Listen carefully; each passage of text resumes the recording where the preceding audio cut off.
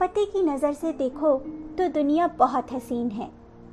इतने लंबे शीर्षक के लिए आप सभी से क्षमा चाहती हूँ, पर लाख कोशिश करने पर भी इसे छोटा कर पाना संभव ना हो सका।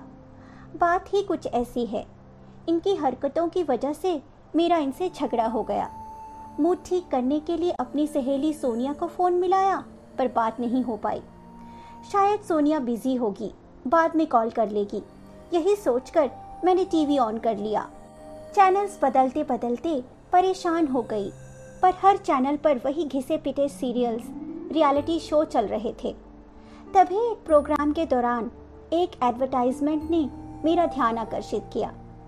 ये था एक करामाती चश्मा, द मैजिक ग्लासेस, जो खास तौर पर उन दुखी पत्नियों के लिए बनाया गया था जो अपने घर और जीवन को व्यवस्थित और सुंदर देखना चाहती हैं। इस करामाती चश्मे को लगाते ही उन्हें अपना नीरस जीवन अच्छा लगने लगता है। घर अपने आप साफ सुथरा हो जाता है और सब कुछ व्यवस्थित हो जाता है। ये करामाती चश्मा पति पत्नी के संबंधों को मधुर बनाता है, ऐसा दावा भी किया गया था। इस एडवर्टाइजमेंट ने मेरे दिल और दिमाग में खलबली मचा दी। मैंने स्क्रीन पर दिए नंबर पर कॉल करके चश्मा ऑर्डर कर लिया। तकरीबन 3-4 दिन के बाद मुझे चश्मे की डिलीवरी भी हो गई। मैंने बड़ी उत्सुकता के साथ पैकेट खोला, साथ में एक मैनुअल भी था। सोचा पहले इसे ही अच्छे से पढ़ा जाए।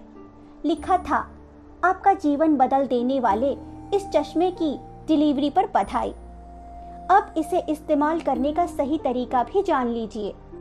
सबसे पहले तो अपने पति की ओर थोड़ी सी मधुरता और थोड़ी सी कुटिलता भरी मुस्कान डालें।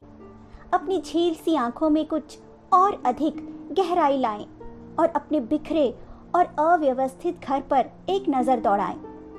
अब अपना ये करामाती चश्मा द मैजिक ग्लासेस पहन ले। बस पल भर में सब कुछ खूबसूरत लगने लगेगा। साथ ही चेतावनी भी लिखी थी, चश्मा उतारने पर जादू का असर समाप्त हो जाएगा। इसलिए आपसे अनुरोध है कि चश्मा उतारने से पहले अपने मन को थोड़ा मजबूत कर लें। मैंने सोचा कि देखा जाएगा, पहले चश्मा पहनने की तैयारी तो करूं। पति की ओर मुस्कान बिखेरने का दिल इस वक्त तो बिल्कुल नहीं था, पर यह जरूरी था, सो आधे मन से मैं मुस्कुरा दी। कुछ दिनों से बातचीत तकरीबन बंद थी, पर मुझे मुस्कुराता देख इन्होंने मौके का फायदा उठाते हुए चाय की फरमाइश कर दी, जो मुझे पूरी करनी पड़ी। फिर मैंने अपने पूरे घर में नजर दौड़ाई, सब कुछ चेक किया, क्या कहाँ पड़ा है या बिखरा है। पतिदेव के जूते जो कि हमेशा की तरह अपनी जगह पर नहीं थे, फैला हुआ अखबार, सोफे पर पड़ा गीला टॉवल, बिखरे कुशन और पतिदेव द्वारा बिछाई गई विभिन्न उपकरणों की तारें। उफ, अभी उन कपड़ों और औजारों और उन कागजों को तो मैंने इस लिस्ट में डाला ही नहीं, जो कि मेरे लिए रद्दी पर पतिदेव के लिए एक अनमोल खजाना है। बस अब और देर नहीं, मैंने झट से चश्मा निकाला और अपनी आंखों पर चढ़ा लिया। आप विश्वास नहीं करेंगे, मेरी तो मानो दुनिया ही बदल गई थी। मुझे ना तो कोई गीला टॉवल दिखाई दिया, ना बिखरे जूते, ना अखबार, ना बेतरतीब कुशन्स और ना ही पतिदेव द्वारा बिछाए गए तारों के जाल ही दिखाई दिए। सब कुछ सुंदर और व्यवस्थित था। डस्टबिन साफ, सिंक एकदम खाली और ना ही कहीं कोई जाला था। वाह, फिर मैंने सोचा बालकनी के भी दर्शन किए जाएं अपने प्यारे चश्मे की नज़र से। सामने मिसेस वर्मा अपनी बालकनी में खड़ी दिखी, बहुत सुंदर और स्मार्ट दिख रही थी। वैसे तो मुझे इस औरत से हमेशा चिढ़ होती है, बेढंगे कपड़े पहने जब देखो बालकनी में झूलती रहती है और ताक झांक करती रहती है। ये मुझे आज अच्छी क्यों लग रही है और सुंदर भी। मुझे लगा ये चश्मा बेशक बहुत अच्छा है, पर कहीं ये मुझ पर हावी ना हो जाए। मैंने एक गहरी सांस ली और चश्मा उतार दिया। ऐसा लगा मानो किसी ने मुझे अचानक बादलों से नीचे अर्थात जमीन पर फेंक दिया हो, क्योंकि वो सुहावने नज़ारे अब गायब हो चुके थे और यथार्थ मेरे सामने था।